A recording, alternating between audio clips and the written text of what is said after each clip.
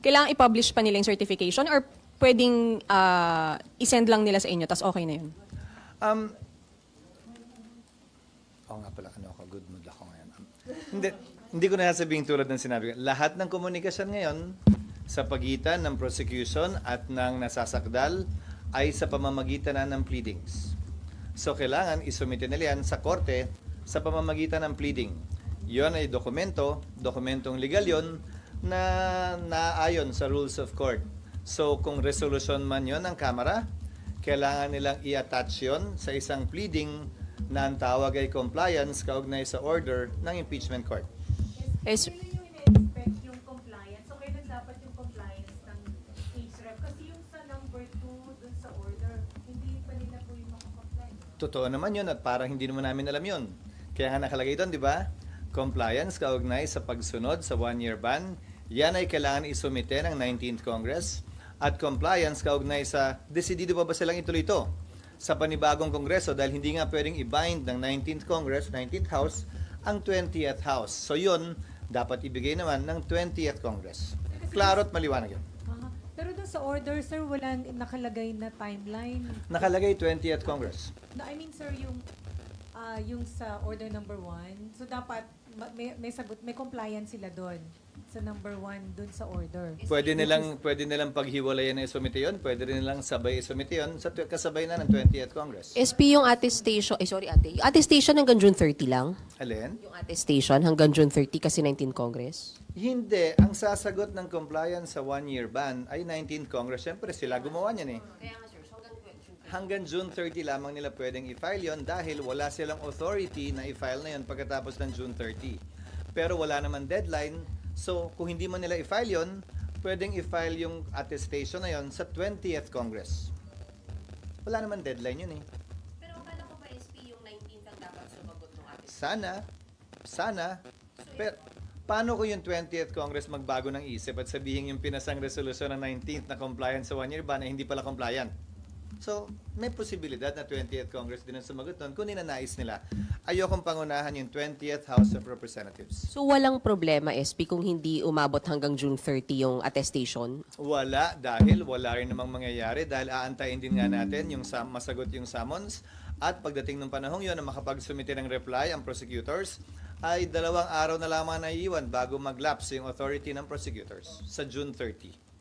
Sabi ni Congressman Arnan Panaligan, one of the congressman prosecutors, malabo daw yung order, kaya hihingi sila ng clarification. Okay lang, pero hindi siya pwede magsalita sa ngalan ng lahat hanggat wala kami natatanggap na pleading. Ulitin ko, alam kong political process ito, pero hindi na ito madadala sa mga interview, press release, at saka social media post. Kung ano man ang ninanais ng Kamara, dapat sila magsalita in one voice, in unison, sa pamamagitan ng isang pleading na isasubmit sa impeachment court. Hindi pwedeng pa isa-isa silang sasagot at magpapa-interview na lamang at yun yung sasagutin namin pa isa-isa din. We will only answer, if at all, any formal communication submitted through a pleading by the House Prosecution Panel representing the House of Representatives. O tama, kahit yung tono ko, parang nice, di ba?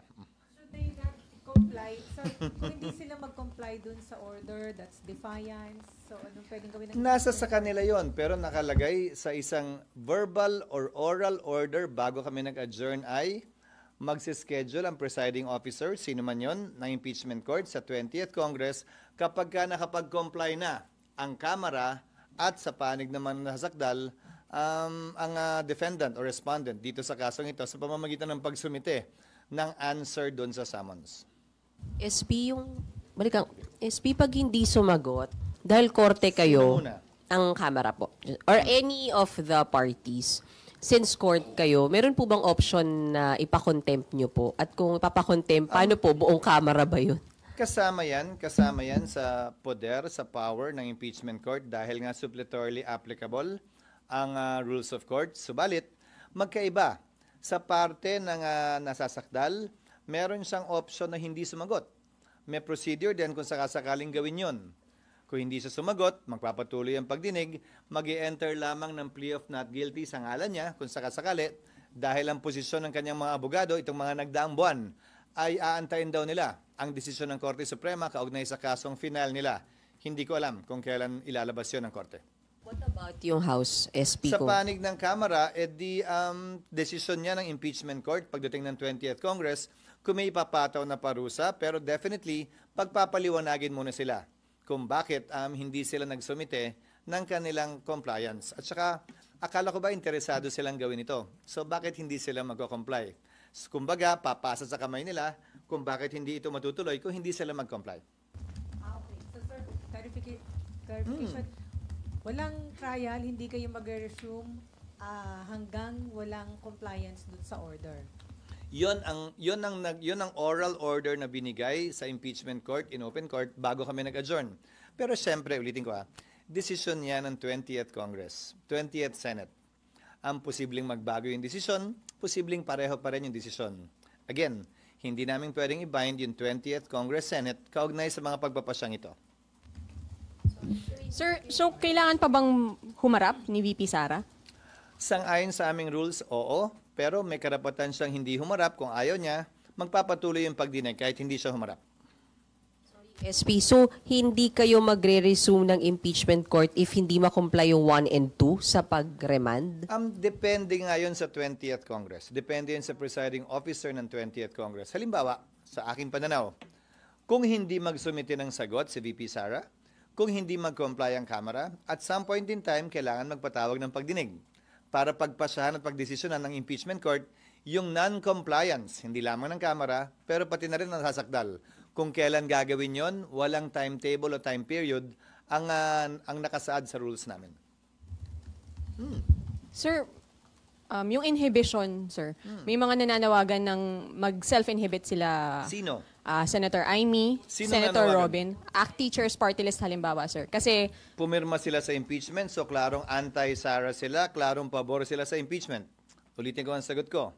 Anumang panawagan o kahilingan ng sinumang biased na, pabor man o kontra sa impeachment, pabor man o kontra kay VP Sara, hindi namin didinggin o papakinggan dahil biased nga sila eh. At kung may panawagang inhibition dun sa mga pabor kay VP Sara, anti-impeachment, malamang may panawagan ding inhibition dun sa mga ayaw kay VP Sara at saka pabor sa impeachment ng mambabatas. But generally, ang pag-recuse, ang pag-inhibit is voluntary on the part of the impeachment court judge. Nakita na nating nangyari yan sa ibang impeachment na kaso. Kung maalala ninyo, ang defense panel hiniling na mag-inhibit si Senator Judge Drilon nung impeachment ni Chief Justice Corona. Ang desisyon ng impeachment court doon ay hindi yan pwedeng pagbotohan, ni hindi tinake up sa impeachment court dahil voluntary decision yan ng isang impeachment court judge. Ngayon, defense panel ang humiling nun. Dahil duda sila sa sinasabi daw nung panahon yon. Masyadong anti-corona daw yung posisyon ng senator judge. Para sa akin, yan din ang i-apply naming president at hindi lang rules kaugnay sa inhibition. It is voluntary on the part of the impeachment court judge at hindi yan pwedeng ipilit sa sino man. Pabor man kay VP Sara o kontra man kay VP Sara. Pabor man sa impeachment o kontra man sa impeachment. Unti-unti nyo naman ang nakikita yung mga nagsasalita. Hindi ba? Kung kaninong panig sila nakabilang, klaro na anti-Sara, for impeachment sila. Klaro din yung iba na for Sara at anti-impeachment sila. Ang boto na kailangan ay based dun sa number of seats, so based sa 24. So kung marami mag-inhibit kung sakali, maapektuhan yun. Hindi mangyayari yun sa pananaw ko. Hypothetical na naman yan. Nakasaad sa rules at ayon din sa ruling ng chair ng impeachment ni Chief Justice Corona na magsisilbing president. Pwede lamang matanggal sa bilang ang sinumang senator judge kapag tinanggal sila bilang senador sa ilalim ng ethics at disciplinary procedure ng Senado. Hindi pag-inhibit bilang impeachment judge. SP, Sir, good. yung bilang ng boto is based pa rin sa 24. Hindi ko alam mo itong impeachment na to tulad nung dati, maraming pinanganak na matatalino at magaling kaugnay sa batas. Wala namang nakasulat sa batas niyan. Wala din namang nakasulat sa rules namin kaugnay sa computation na sinasuggest ng ilan sa mga ekspertong nagpapakilala ngayon kaugnay ng impeachment. SP, good afternoon. Ano? 24, halimbawa may mag-inhibit, pero 24 pa rin yung Walang nakalagay sa rules. Wala ring basihan na sabihing mas mababa sa bilang na yon. Ulitin ko yung mga nagsasabing at nagpapakilalang eksperto daw sila, ano bang basihan? May batas ba silang sinasite? Provision man sa konstitusyon o sa rules namin? O may pinangahawakan ba silang desisyon ng Korte Suprema? Sa dami ng magaling at nagmamagaling kaugnay sa batas ngayon, iisa lamang naman talagang masusunod, ang Korte Suprema. Kung wala pang sinasabi ang Korte Suprema, malayang pwede mag-isip sino man kung ito ba'y tama o mali. Pero once nagpasa ang Korte Suprema, yon ang dapat nating lahat sundan. SP, good Yes. afternoon.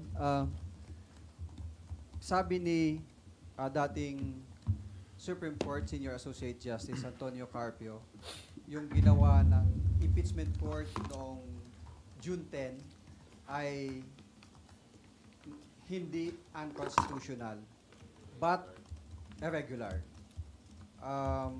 Sabi niya na yung ginawa daw ay pagpapakita ng pagpanig ng mga senador kay VP Sara dahil hindi dapat gawain ng isang impeachment court na mag-motion or hilingin ang Kamara na sertipikahan dahil dapat manggaling yon sa kampo ng Vice President na siyang magki-question kung ito ay may paglabag doon sa one-year ban ng Constitution. Ano po masasabi? Ginagalang ko ang opinion niya pero hindi ako sang-ayon. Walang limitasyon ang impeachment court. Kaugnay ng pwede o hindi namin pwedeng pagpasyahan. Nakalagay nga sa saligang batas, di ba? Sole power to try and decide. Sa aming rules o sa rules man ng rules of court, walang nakasaad doon na bawal ka gumawa ng ganito o ganyan o ganoong motion. Lahat ng motion pwedeng gawin at pagbobotohan ng impeachment court. Walang limitasyon yun. May mababasa ba siya at may matuturo ba siya na bawal itong motion sa impeachment court? Bawal itong hilingin ng sinumang impeachment court judge? Wala naman. At ulitin ko, bagaman siya'y dating miyembro ng Korte Suprema, hindi siya isa sa magpapasya kung tama nga ba mali ang ginawa ng impeachment court. At hanggang sa ngayon yata, wala pa naman yata nagsasampa ng kaso sa Korte Suprema para questionin yan. Ang proseso ay ito. Kung may ginawa ang Senado o ang Kamara man na hindi naaayon sa konstitusyon sa pananaw mo, sa pananaw ni Justice Carpio, ni naman, malaya silang pwede mag-question sa Korte Suprema. At Korte Suprema magpapasya kung sino nga ba ang tama at mali. Ganyan yung nangyari halimbawa sa one-year ban na hinihiling na impormasyon ng Senado o ng impeachment court sa Kamara. Kinwestiyon yan sa Korte Suprema at nakabinbin ngayon yan sa Korte Suprema. Nagpahayag din po ang grupo ng yung Philippine Constitution Association na posibleng merong grave abuse doon sa discretion, doon sa pagganap ng impeachment court na kanilang tungkulin nang sila ay magdesisyon na ibalik o i-remand yung articles of impeachment. Yan ba yung parehong Philconsa na pinamunuan ni Speaker Martin Romualdez noon? Yan, di ba? Pwes, hindi na ako magugulat sa kanilang posisyon. Pero kung sa pananaw nila, ay ito'y hindi naayon sa batas, ulitin ko, malaya silang pwedeng questionin yan sa Korte Suprema na siyang proseso natin sa ilalim ng batas. Ginagalang ko ang kanilang opinyon, pero tulad ng sinabi ko kanina, hindi ako sang-ayon. Dahil pinagbotohan ng Senado yan, 18-5 ang naging boto at wala para sa akin o kanino man na sabihing hindi yan pwedeng gawin ng Senado bilang impeachment court. Dahil nga sa blanket authority na binigay ng konstitusyon sa Senado bilang impeachment court to try and decide all cases of impeachment. Last na lang on my part, SP. Sabi din yung pagboto nyo ng yes ay pwedeng gawing ground para kayo ay mag-motion for inhibition. Ulitin ko. Voluntary ang pang-inhibit ng sinumang senator judge. That is addressed to the sound discretion of each judge kung may hihiling man yan. Pero, opisyal lang yan na didinggin ng impeachment court kapag hiniling yan ng defense o ng prosecution panel. Hindi ng kung sino man na nagsasalita ngayon sa labas ng impeachment court. Na klaro, may posisyon at may pinaniniwalaan na sila na panig o side nakakampihan. Kung may mag-move from prosec or defense na ipa-inhibit kung sino mang senator judge, itatakel nyo po sa impeachment court? Again, citing precedent, it will be addressed to the sound discretion of the impeachment court judge. Hindi yan pwedeng pagbotohan. Ano bang ibig sabihin ng address to the sound discretion? E di nasa sa kanya. Hindi kami pwede magbotohan na i-inhibit siya. Walang ganong proseso. Ang proseso ay, ikaw ang bahala kung gusto mo mag-recuse o mag-inhibit. Pero para talaga matanggal siya, kung gusto mo, kung may ginawa siyang paglabag sa kanyang trabaho bilang senador, sa pamamagitan ng isang ethics complaint. Yon ang sinabi ni dating Senate President Enrile, kaugnay sa mga motions for inhibition nung panahong yon, nung impeachment ni Chief Justice Corona. Tackle ng ethics as a Senate Hindi ko body? sinasabing itatakal. Ang remedy nila ay tanggalin yung senador bilang senador. Hindi tanggalin bilang impeachment court judge. Sorry, makulit. Isa na lang. Oo nga. Paano po kapag sorry SP. Paano pag kitang-kita na yung kulay nung isang Alin? senator judge? Kitang-kita na yung kiling Sabi niya. ni no. Tatanungin kita. Kitang-kita lang ba ang kulay sa ngayon nung pumapabor kay Sara? O kitang-kita din ba yung kulay dun sa mga ayaw sa kanya? Be fair. If you want to be fair, it cuts both ways. Di ba? So, kayo naman, ang kino-quote yun sa mga tanong niyo, yung isang panig lang ang kino-question, hindi naman yung kabila. If you want to be fair, you have to be fair. If you want to question, then everybody should be questioned. But then again, remember, pinili ng mga nagsulat ng saligang batas na mga politiko, mga halal ng bayan ang magiging judge kaugnay sa kasong ito ng impeachment. So, kasama na marahil yon sa tinimbang nila at sinukat nila nung pinagpasahan nila na mga senador na halal, mga congressman na halal, ang may malawak na papel kaugnay ng impeachment dahil wala naman tong kulong, wala naman tong bayad. Ang kapalit lang nito ay pagkakatanggal sa pwesto. Sir, may epekto ba sa integrity ng impeachment court yung a couple of days later, nakita yung two senator judges with VP Sara who is being accused? Hindi para sa akin na sabihin yon. Again, that is referred to the sound judgment and decision of the impeachment court judges. Kung may hihiling in open court nun, that will be addressed to them. May epekto din ba kapag kami nag-a-attend ng rally na impeach now? Babaliktarin ko it cuts both ways. Again, it always cuts both ways. Bakit tila isang panig lamang kayo nakatutok? Dapat pantay.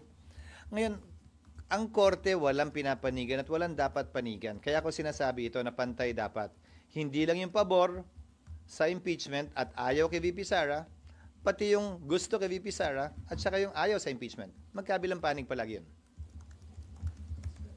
Yes, Nimpa. Si Presidente daw po ay open to facilitating a dialogue between the Senate and the House dahil dun sa issue ng pag-remand ng impeachment case. Ang sabi ni Palace Press Officer Claire Castro, the President is open to any dialogue to promote cooperation and the stability of democracy in the country. Hindi ako Paano ba yun? naniniwalang isang bagay ito na pwedeng pag-usapan sa loob ng isang silid na sarado ang pintuan. Impeachment court ang Senado. Prosecutor ang Kamara dito. Hindi ito bicameral conference committee na batas ang pinag-uusapan. Hindi kami magkalibel sa isyong ito. At hindi ito pwedeng pag-usapan sa loob ng silid na sarado. Lahat dapat ginagawa in the open, in the name of transparency and accountability. Pero kasi yung Palace Press Officer nagsabi, pero ano ba yung pagkakaalam nyo? Gugustuhin ba ni Presidente na manghimasok dito? At may lugar ba for him to intervene? Hindi ko alam. Si Yusek Claire lang naman ang nagsabi. Pero sa panig at party ko, ano nga ang pag-uusapan? Ano nga mapagkasundoan namin? Kung meron man, kailangan namang gawin pa rin in open court. Bakit hindi na lamang gawin in open court? So, hindi kailangan ng dialogue, sir. Pleadings Wala ako nakitang dahilan o rason kaugnay sa bagay na yan. Ulitin ko, ang proseso natin ay kung may hindi sang-ayon sa proseso ng Kamara o ng Senado, pwedeng iakyat sa Korte Suprema yan, which under our Constitution is the sole arbiter with respect to deciding what is legal and or illegal, what is constitutional and or unconstitutional. Hindi yan pwedeng pag-usapan o pagkasunduan ng Kamara o ng Senado bilang prosecutor man o bilang impeachment court. Hindi ba ang amicable settlement sa pagitan ng magkabilang panig? Walang amicable settlement sa pagitan ng korte at ng prosecution. Wala yatang ganun. So, kung nalalabuan ang Kamara sa proseso o basta kung may nalalabuan, mag-submit ng pleadings dapat ang House bilang Ang prosecutor. tagal na nilang atat na atat magsimula ito. Hindi ba? Siguro naman dapat handa na sila at nalalaman nila yung mga dapat at pwede nilang gawin sang-ayon sa rules ng Senado at sang-ayon sa rules of court na suppletorily applicable sa rules ng Senado kaugnay ng impeachment. Again, once the court is established and the court has been established already, lahat ng komunikasyon ay sa pamamagitan ng mga pleading. Hindi sa pamamagitan ng press release, hindi sa pamamagitan ng meeting o caucus, hindi sa pamamagitan ng social media, kung hindi sa pamamagitan lamang ng pleadings. Hindi kailangang mamagitan dito ng presidente, hindi kailangang mamagitan sa Senado at sa Kamara. Wala ako nakikitang pangailangan dahil wala namang kailangan ipagitan. Dahil simple lamang naman, nag-utos ang Senado bilang impeachment court, nag-utos siya hindi lamang sa nasasakdal, pero pati na rin sa prosecution. Kautusan na sa aking pananaw at palagay ay dapat sundan at sundin. Kung hindi, may remedies ang impeachment court, may remedies din naman yung magkabilang panig kung sakasakali.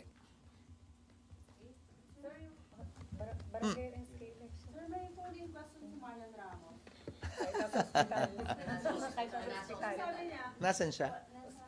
Manila doctor, sir. Bakit? Kung kailan recess na, doon pa siya na high blood? Sir, nagpatong-patong lahat. Naipon. Sir, yung phone Get well soon. sabi niya, walang senador na openly na nagsasabi na dapat i-convict si VP. Unlike yung mga pro-Duterte Pena. Walang senador. Nagsasabi na i-convict. Hindi ko alam yung mga sinasabi nila sa kanilang mga social media account o sa labas at sa publiko. Hindi ko minomonitor yon. So, ano yung tanong niya? Sir, kasi ang point ni Marlon is yung sinasabi na yung pagpapainibig. Kasi wala namang may senador na nagsasabi na ituloy yung impeachment trial, but wala nagsasabi na dapat i-convict siya. Pero may senador na nagsasabi dapat i-dismiss kasi political. Ulitin ko, at the proper time, pwede ang hilingin ng magkabilang panig. Kung reklamo sila ng reklamo na keso hindi raw ito pwedeng gawin ng isang senator judge, pues ganun din, ibabalik ko. Ang pwede lamang ding humiling nito, kung sakasakali, ay yung magkabilang panig, prosecution or defense, pag nagsimula na yung trial. Hindi sa post lamang sa social media. Paano naman yun iko-considera ng korte kung sakasakali, nag-post lamang naman o nagpa-interview lamang naman. Kailangan dumaan ito sa proseso na, dahil may impeachment court na nga. Kailangan ba i-remind ulit sila na dapat hindi nagsasalita kung may feeling man sila sa isa? Hindi para sa akin na sabihin pang muli yun dahil ina-assume dapat na alam ng kada senator judge ang papel na dapat nilang gampanan na siyang papanagutan naman nila sa publikong bumoto rin sa kanila. Malaki. Matanda. Maraming ganun. Kasi niremind nyo sila bago kayo mag-oath Ngayon naka-oath na as impeachment. Nung kampanya kasi yun Dahil siyempre, may mga matatanong na kampanya. Pero ngayong nag-convene na, ang assumption, nung binoto nga sila at naging senador sila, kasama sa pwede maging trabaho nila yan. Mga impeachment court judges. Pero di ba mas all the more that they should be more responsible sa sinasabi and ginagawa because nakapag-oath na nga. Sabi Nino, again, it is addressed to their sound discretion. And kung may magmo-motion sa impeachment court, i-address din nila yun. Sa kanila itatanong kasi yun Pwede ka daw bang mag-issue sir ng gag order? Nang Gag order. wala sa kapangyarihan ng presiding officer yun. Sir, other topic lang. Hingin lang pong soundbite sa statement nyo on the Israel-Iran conflict ngayon. Well, ang panawagan at kahilingan namin, tiyakin ang kaligtasan ng ating mga kababayan, hindi lamang sa Iran, hindi lamang sa Israel, pero sa mga karatig bansa na maaaring maapektuhan nitong gera, tawagin na natin gera, sa pagitan ng Iran at ng Israel. Lalo na't ngayon, tigil yata ang regular flight sa bansang Israel. So sana, tiyakin nila ang kaligtasan at mag-schedule ng repatriation flight sa sinumang Pilipino ang nagnanais makauwi muna. Hindi lamang para sa kanilang kaligtasan, pero dahil na rin nga baka wala naman yung trabaho nila doon sa bansang Israel dahil sa gera na nagaganap ngayon sa pagitan ng Israel at ng Iran. And then sir, yung barangay SK Merong nagsasabi na baka ma-declare na unconstitutional. Kasi in 2022, barangay and SK elections, declared as unconstitutional dahil daw sa extension ng term na deprive ang mga tao ng kanilang right of suffrage. Sino nagsabi? Nabasa ko yung desisyon ng korte nagsabing unconstitutional yung in part yung unang batas na pinasa ng Kongreso dahil ipinagpaliban ng eleksyon pero walang Senate na term. Yun ang pagkakaunawa ko sa desisyon at pasya. Ito, pinagpaliban pero nag-set ng term. Hindi in-strike down ng Korte Suprema yung pagpapaliban ng term. Ang in-strike down ay yung kawalan ng term. Itong pinasa namin panukalang batas, sa pananaw namin ay compliant dahil naiiba to dun sa una. Dahil maliban sa pagpapaliban, sinet na yung term ng barangay and SK officials sa 4 na taon. So yun yung pagkakaiba. So marahil, kung may pagkakaiba, hindi maging pareho ang desisyon ng korte kaugnay ng pagiging partially unconstitutional ng unang batas. Since this was discussed po during the LEDAC meeting, confident kayo na pipirman ito ni Presidente? Oo, isa to sa mga diniscuss sa LEDAC. Bagaman wala ito sa priority measures na unang pinagkasunduan sa mga naunang LEDAC, isa to sa mga hinirit na mga priority measures na dapat pagpasa ng Kongreso one way or the other. Dahil nga napipinto na ang eleksyon sa December of 2025. Nahabol naman namin yan at napasa namin lahat ng priority measures except for 2, I think. 1 or 2 na hindi na namin nahabol nitong last 2 weeks namin. So sigurado to, sir, magiging batas. Barring any unforeseen circumstances such as a Supreme Court decision. Again, pananaw ni Attorney Macalintal yan na ginagalang ko. Pananaw ko din to. Pero sa dulo, Korte Suprema magpapasya kung may mag-aakyat ng kaso doon kaugnay sa constitutionality ng batas na ito. SP, last na lang. Statement Sure. for the upcoming BARM minister elections on October. Ito ang kauna-unahang pagkakataon para sa akin na magkakaroon ng tunay na halalan sa BARM. Regalo natin sa kanila yan, sa ating mga kababayan at kapatid na Muslim, kaugnay ng pagpili ng kanilang magiging mga opisyal upang sa gayon maging accountable ang kanilang magiging mga leader at hindi pala parating ina-appoint na lamang at ang utang na loob ay sa palasyo o sa administrasyon. Sana, pag matuloy ito, at tiwala ako matutuloy ito, ang maging utang ng loob ng lahat na magiging opisyal sa BARM ay sa taong bayan na siyang naghalal sa kanila at naglagay sa kanila sa pwestong kabibilangan nila matapos ang BARM elections. Buong tiwala at paniniwala ko na ito'y dapat matuloy at hindi na may pagpaliban pa.